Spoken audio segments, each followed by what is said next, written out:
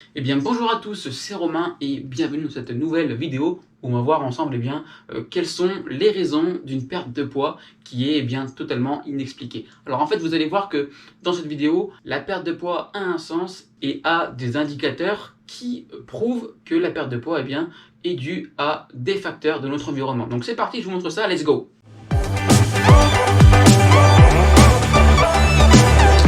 Et bien évidemment, donc forcément, si vous vous pesez sur la balance et que vous perdez du poids et que vous ne savez même pas pourquoi, et bien en fait, il y a plusieurs facteurs qui peuvent causer ceci. Le premier facteur qu'on va voir ensemble, c'est votre mauvaise alimentation. Bien sûr, lorsqu'on a une mauvaise alimentation, on peut très bien manger énormément, manger des volumes alimentaires vraiment énormes, être rassasié, et pourtant, on perd du poids. Et ça, c'est pas dû à une maladie ou c'est pas dû à quelque chose d'incohérent en nous, j'ai envie de dire, c'est vraiment dû à une incompréhension de ce qu'on mange et la quantité de nutriments qui n'est pas respectée, la quantité d'énergie qui n'est pas respectée pour subvenir aux besoins de notre corps. Donc c'est pour ça que avoir une bonne stratégie alimentaire pour non seulement vous maintenir, c'est primordial.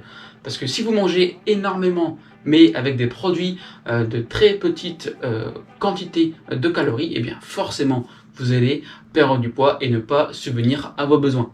Le deuxième cas concret pour avoir une perte de poids qui est inexpliquée, le deuxième cas, c'est une perte de masse musculaire due à une maladie qu'on appelle la sarcopénie. Alors en fait, cette maladie, elle intervient plus majoritairement à l'âge de 40 ans, mais on peut très bien l'avoir à l'âge de 30 ans.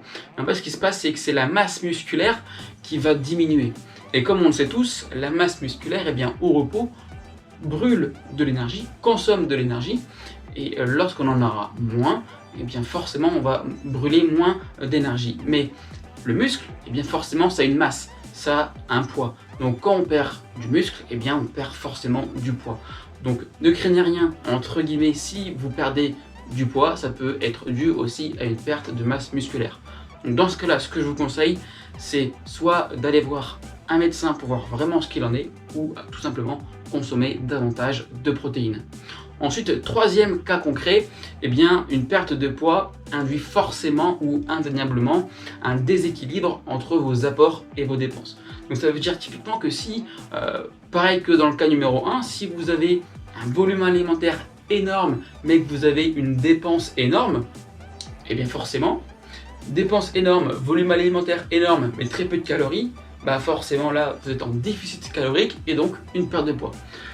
Donc même si vous avez l'impression de manger énormément, si vous bougez énormément et vous faites du sport beaucoup, donc vous pouvez très bien faire courir 10 km, 20 km et manger des crudités, manger des pommes de terre, manger sain, manger healthy, mais finalement ça n'encombre pas tous les apports nécessaires à votre corps. Donc il est vraiment essentiel de comprendre l'ensemble des aliments pour que vous puissiez tout simplement maintenir votre poids.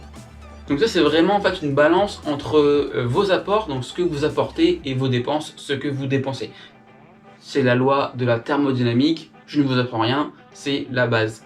Et enfin, dernier conseil, quand vous perdez du poids et ce de manière indésirée et non souhaitable, c'est tout simplement, et c'est pas un facteur, et c'est un facteur quand même à prendre en compte, c'est le fait d'être stressé.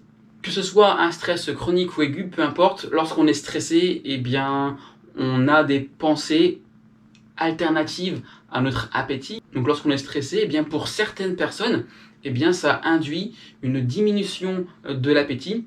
Et donc forcément, on mange moins, on a moins d'apport calorique et donc sur la balance, on perd du poids. Le stress joue également sur le système hormonal, donc sur votre thyroïde, et si vous avez une hyperthyroïdie, ça peut aussi engendrer une perte de poids.